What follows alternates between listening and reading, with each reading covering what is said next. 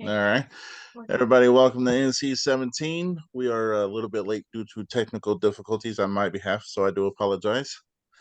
Uh, I'm Josh, and this is Lisa, and with us today we have Nick Bergman, who is the writer and director of the movie Flesh, who's also the founder of Wendigoh Pictures. How are you doing today? Good. Doing real good. That's good. That's good. It's funny that every year I meet somebody new at at Motor City Nightmares, and I'm like, it's cool because you just never know who you're gonna meet. And meeting you guys, I'm gonna say was a true blessing because you guys are phenomenal people, all Thank around. you So, very much.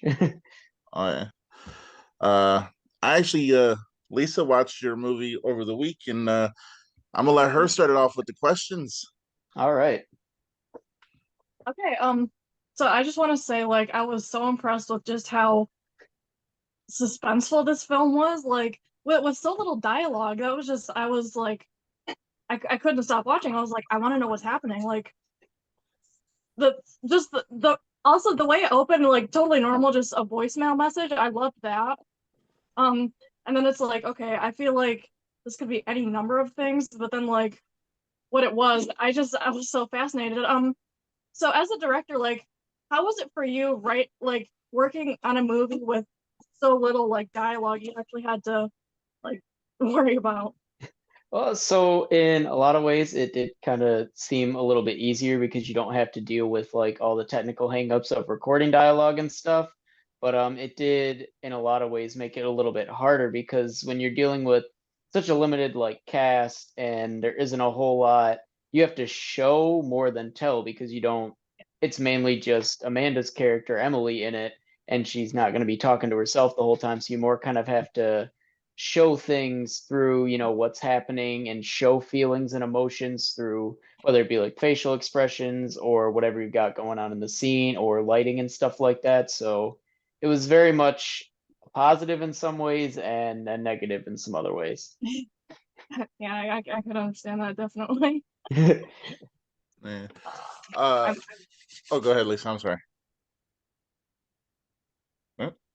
All right. Yeah, no, I watched it a second time, because like I said, I always watch it the first time for pure entertainment, and then I watch it the second time and the third time and the fourth time and so forth, just to kind of see what I didn't catch the first time. And the scene where she was in the walking down the street and the shadow was kind of following her everywhere, I did Yeah. notice something. I don't know if it was like, maybe you can shed some light on it, but I did notice that it seemed like every time she would turn around, you would see somewhat of the shadow, just not the full shadow until the very end. How did you do that? Um, so it was kind of an idea that like throughout the whole movie we're just gonna kind of have the shadows scattered. So we had kind of like a few different ways we did it. There were a few times like specifically in that scene where she's walking and the shadows following her, we had like the it was kind of like a spandex suit with like silicone and other little bits added onto it that we had with us, and we had like a little dummy head that we would like put our hand up inside and move for when we were getting like actual shadows with the lighting there. And then for the other ones we had somebody in that costume in front of like a green screen, and then we could kind of key in the shadows later in areas where we couldn't either get it on that scene or we wanted it to be like super transparent and not just like a shadow on the wall or something like that. All right, all right. You succeeded in every aspect. Let me tell you. Thank you.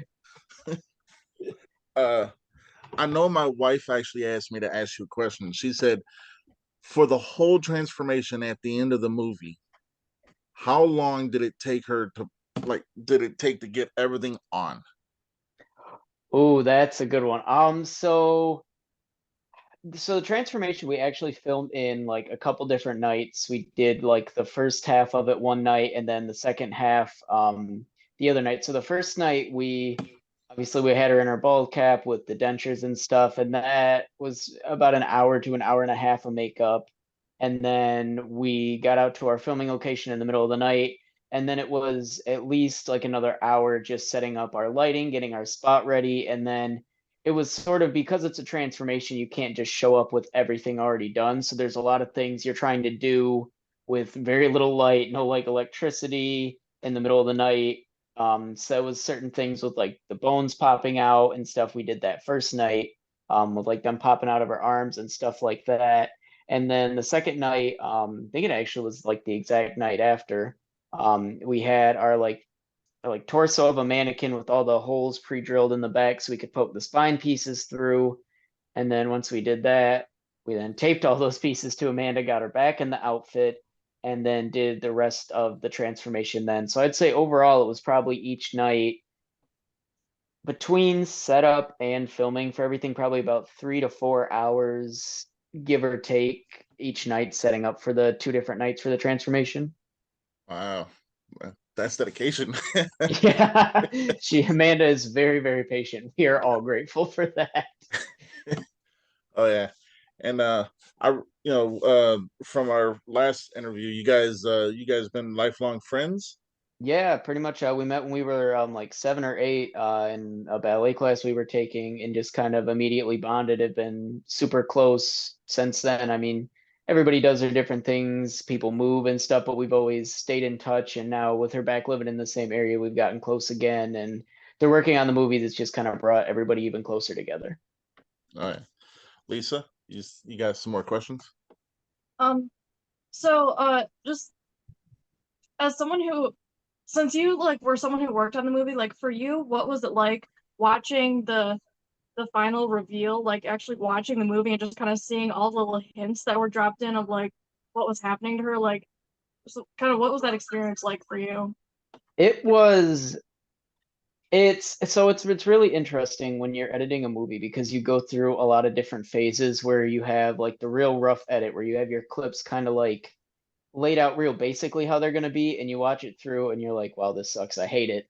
And then you start to add some more things. You start getting in like your sound and your music and really cleaning up pacing, and you're like, okay, this isn't so bad. And then you get to doing all your color grading, your effects and stuff like that, and you're like, okay, yeah, I'm kind of liking how this goes. And then you sit through and watch the first version of it and you're like, wow, I've looked at this so much, I don't really know how to feel about it. So we did like we got everybody together and sat and watched through it, and it was like one of those, it was kind of a weird feeling the first time we watched it because I was just glad for it to be done, and I like couldn't even really like comprehend what we were doing. But when we had our premiere and getting to see it like on the big screen, that had been like only the second or third time I'd watched it all the way through, and that was when it really was like, wow, we have like a movie here, and everything blends how we wanted it to. Everything looks as close to we could get it as how we wanted to, and it was really nice actually getting to see the transformation really flow because it's all shot out of order and really weird pieced together. When you're filming it, you're just kind of hoping it'll make sense when you put it all together. So it was really, really cool getting to see it flow the way we wanted it to. That's gotta feel nice. Yeah. Yeah, it definitely did. So here's an off the wall question, because I know when people make movies and you guys interview and stuff, it's always about like how'd you do this, how'd you do that. I'm always a fan of the music in the movies because that helps build more suspense and horror. So Yeah. choosing the music for it, how did you do that? So that was kind of something even from the beginning. I was very much music always in everything I do plays a really, really big role because the music you use can completely change the tone of a scene. So I worked with one of our actors on the film, and he's a part of our company, helps with like everything, Roz. And he started as we were filming, writing like some different tracks and stuff, just as he was getting inspired to incorporate in. And then once we had everything, edited down enough to really start using the music, I was able to put in some of the tracks that he had written, make them flow and fit the scenes, and then went through with my keyboard and sort of just I would play a scene, watch it over a few times, and then play it and start messing around with the keyboard till I found something that I liked, and play through it about 3, 4 more times, keep playing through with it, and eventually you'd get something that worked for that scene. So it was really cool getting to have kind of like I could be really specific about what we wanted to do with each scene because we're sort of writing the music along with the scene, and it's not like, oh, I edited it and somebody else, we have like a different composer. It was all me and Roz doing it, so we could really fit it to the scene exactly how we wanted it to sound. Okay, that's interesting. uh, so here's a question that's not about the movie; it's about you personally. All right. So, at what age did you find out that this is the path I want to do? This is what I'm going to do, and nothing's going to stop me from doing it. I would say I always loved movies and horror movies in general and like dressing up and stuff as a kid and like just playing around and stuff like that. But when I was 10 or 11, I got like my first like kind of real little video camera and started messing around with that and realized like how much fun it was to just completely create something from scratch all yourself with just whatever you have. And so I kind of worked on it, and about a year or two later, I talked to my mom, was like, "Hey, I want like a much better video camera, and I promise you I'm gonna start making movies if you get it for me." And she did, and it's just kind of ever since then I haven't been able to stop doing it. It was really that playing around with the camera went from making, short little videos with friends or things to put on YouTube to, well, the more I did it, especially as I hit high school, really getting more serious with it to where I realized this is what I want to do with my life. And I don't know what I would be doing if I wasn't making movies. It was everything I would think about would be a movie idea I would have, or an effect I'd want to do, or like a story I'd want to tell. And it just sort of consumed everything else where I knew that was 100% like what I wanted to do with my life. Oh yeah, it's so meeting you when I met you guys, it was like I met all y'all, including your mom. So on a scale of 1 to 10, with like doing everything, 10 being best, one being worst, like your mother's patience level with you as a child, how was that? That Weird was question, I know. so beyond a 10. I trashed this poor woman's house with these movies. There's no carpet in the basement because I got fake blood everywhere. There's still fake blood on spots of the ceiling, and it was always she never really knew who was going to be in her house on the weekends. She'd just kind of walk out of her room and there'd just be people in the living room all covered in makeup. The house would be trashed and we'd be in the middle of filming something, and she always, whether it be, financially with help with stuff like that growing up, or cramming as many people as she could into her car to take us to different filming locations. And but for a woman who worked night shift at a hospital, she really found a way to make my movies feel like a priority, and she really went above and beyond, and not only just be supportive in my dreams and things like that, but to really make sure that she could do whatever she could to help and to continue to help make this possible. That's awesome. Lisa?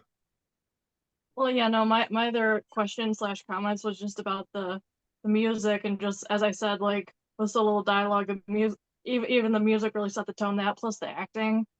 So yeah, just piggybacking off of Josh, kind of asking about the music. I just wanted to say I too thought it was really really incredible what you managed to just convey with just those notes.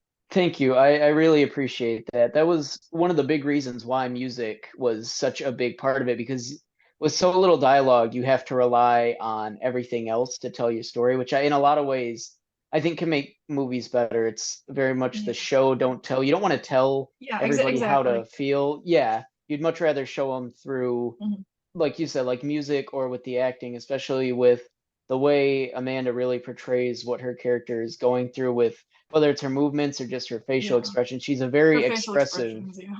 She is a very expressive actress, and we're very lucky that we had her on that movie, because I don't think the story would have come across as well or as genuine without how she played that character.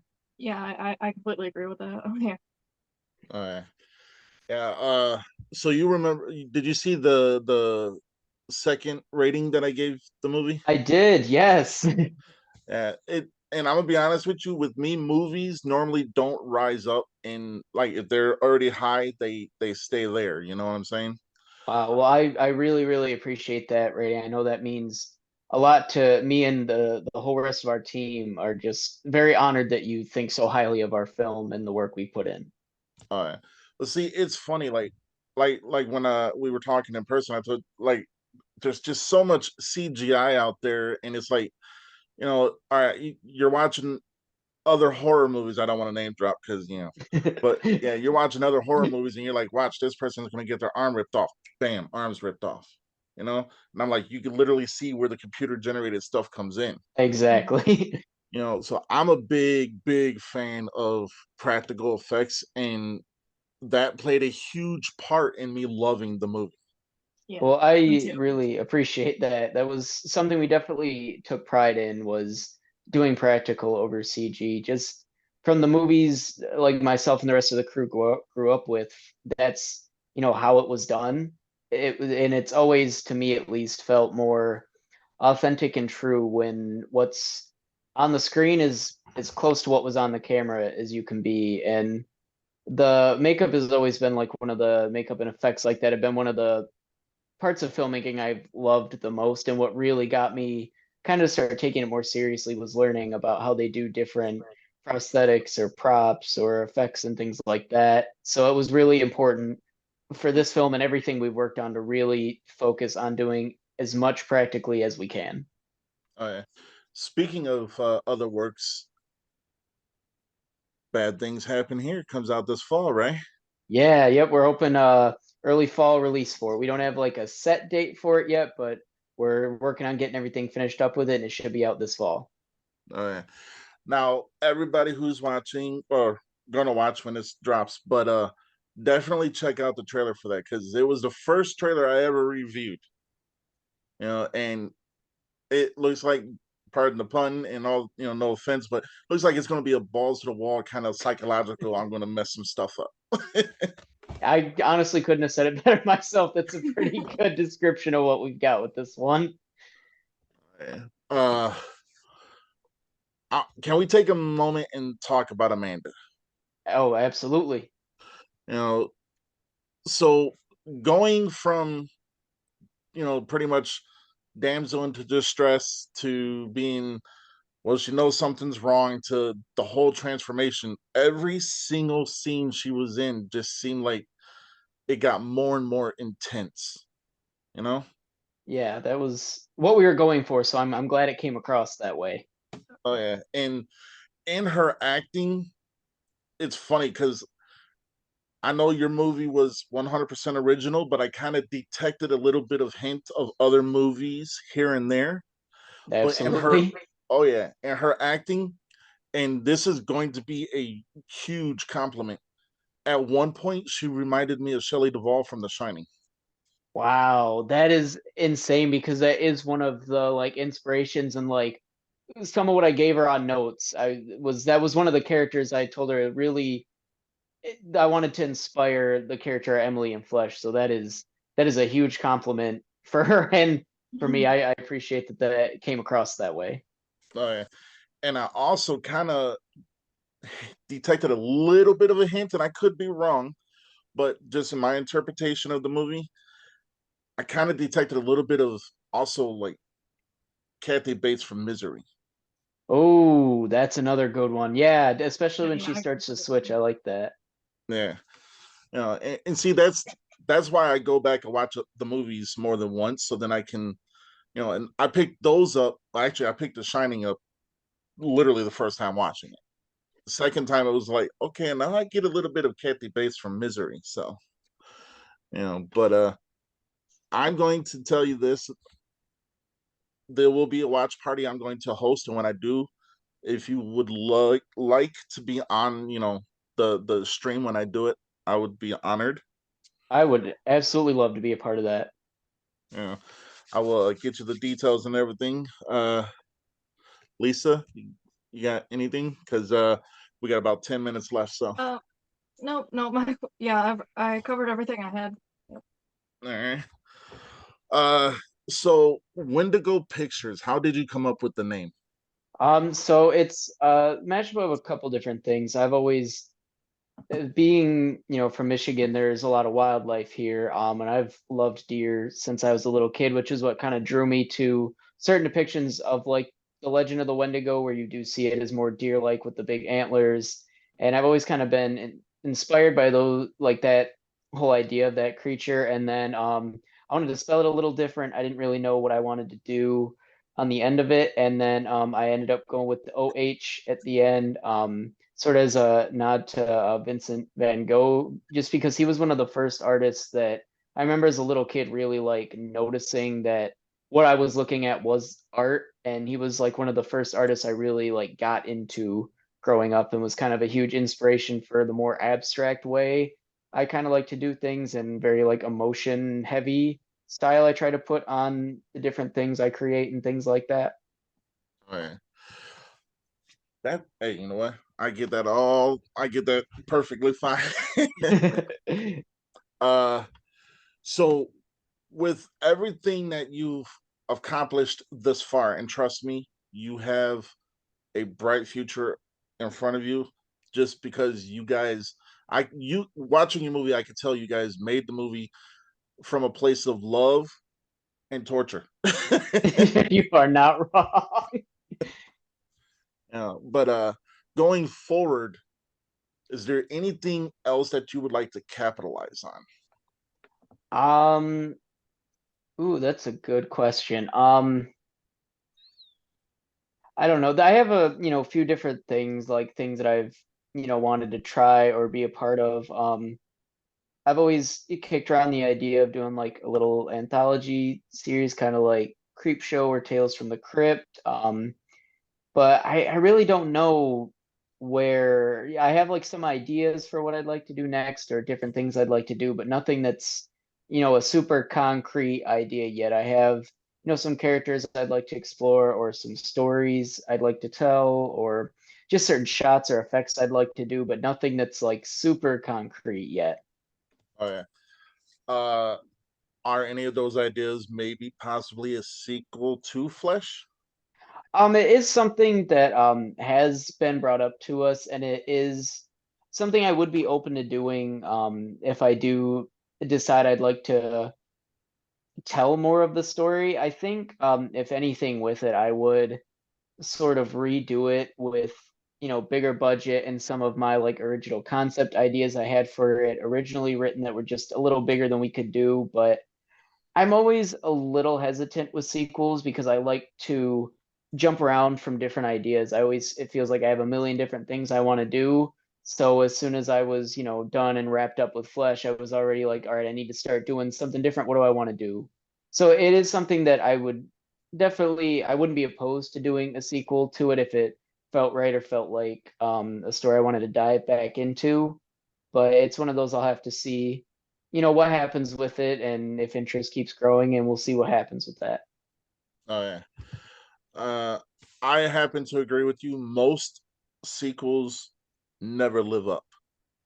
Yeah, You know. there are very few exceptions to ones. And I mean, when they do it right, they do it really good. And I'm not opposed to sequels in general so much as I just know personally for me, I want to keep things new and keep exploring new ideas. And I don't want to, get worn out revisiting the same ideas over and over again. Oh yeah. Yeah.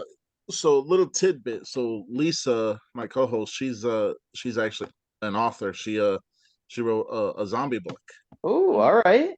and me and her talked about maybe her wanting to turn it into a movie. It's just something we kind of talked about here and there, but yeah, it's called This Just in a Zombie Novel. All right. And it's funny. I met her last year at Motor City Nightmares. Oh, wow. All right. Small world. Oh yeah. But is that a genre in the horror department that you would want to tackle? Is a zombie movie? Because I think with your brilliance, and trust me, you are brilliant. I think that you would definitely bring something different to that kind of style.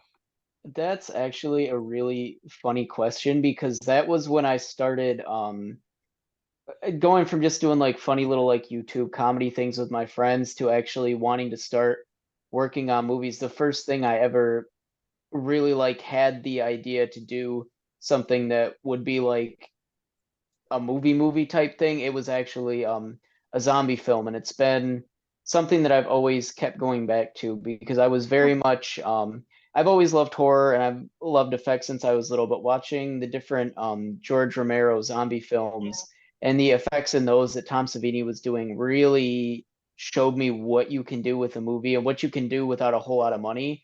And that was always when I realized I want to make movies, I want to make effects. The first thing my mind went to was zombies. And it's always one of those, I'll work on some other projects and then I'll start doing some zombie stuff again. And then I would work on other projects and I'd start doing some zombie stuff again. And I've had like a few different zombie things, some that have ended up in projects that I haven't finished or some that were shorter things, but it is absolutely something an idea I'd like to go with one day because there's so much you can do with it outside of even what we see. I mean, there's a lot of diverse things with different ways they've done zombies or Yeah. zombies that they don't call zombies but might as well be. There's a lot you can really do with it.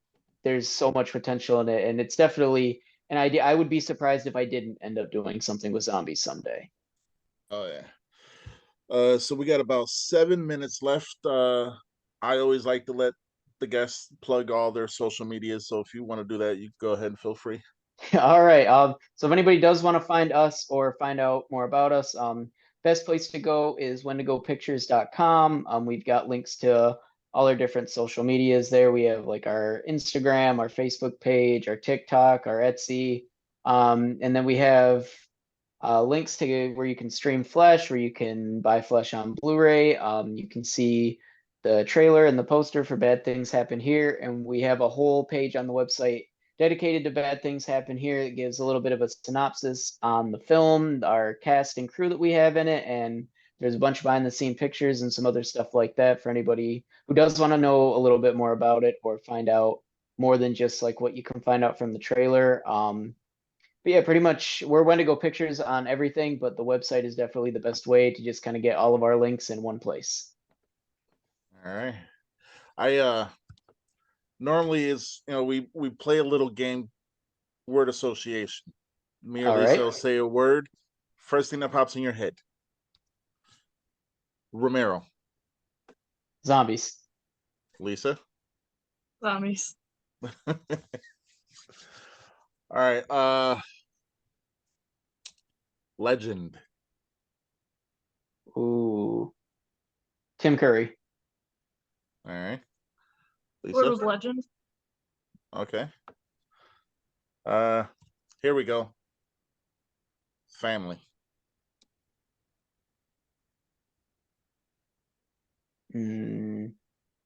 Hereditary. There we go. I don't know why that was the first one that popped in. That was a great movie, by the way. That Love is that one of my movie. favorites. Yeah. All right. So we're gonna stop word association because I do want to talk about another movie that kind of messed with me. All The right. only movie that like literally got me to leave the room was the original Exorcist. Oh, that's a favorite. Yes, and I got when I was first time I was watching it, I was 7. So her head started spinning. I was like, "That's not natural. I'm leaving." And then it took me all the way until I was 21, and I'm 44 now. But it took me all the way till I was 21 to be able to watch that movie all the way through. And I'm gonna say this, and I don't, this is not playing up to anybody or kissing ass or anything like that.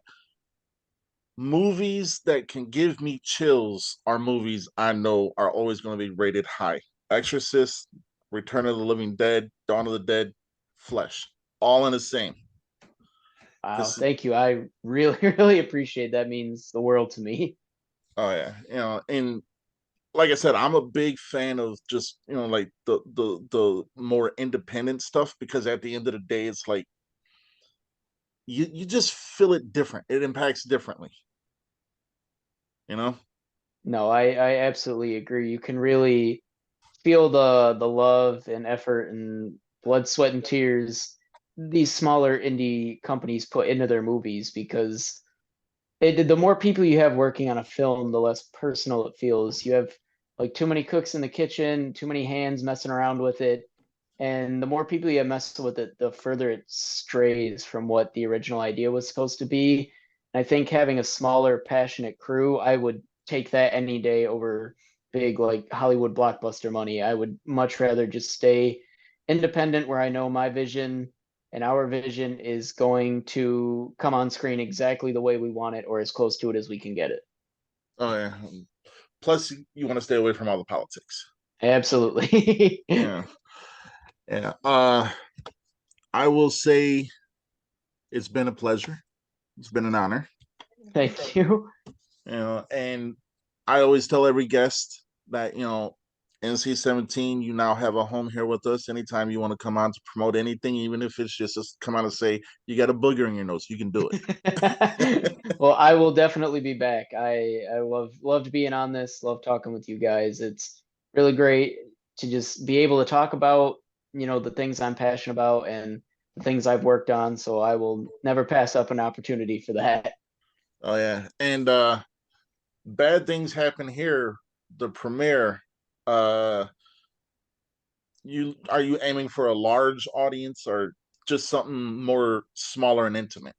We are hoping for a little bit of a larger audience just because with Flesh, it was the first time we'd ever done anything like that, and we didn't really know what to expect. And we only had like one date scheduled for the showing, and it did so well that we had to do a second date, like a week or so out. So we're planning on this one doing much longer like window for it, and we're hoping, especially with as many people as we've had in this movie for was it just cast and extras and crew and things like that, for a much bigger turnout. We went kind of bigger and better with this one in every way, and we're hoping that the reaction from audiences and the turnout will be bigger and better as well.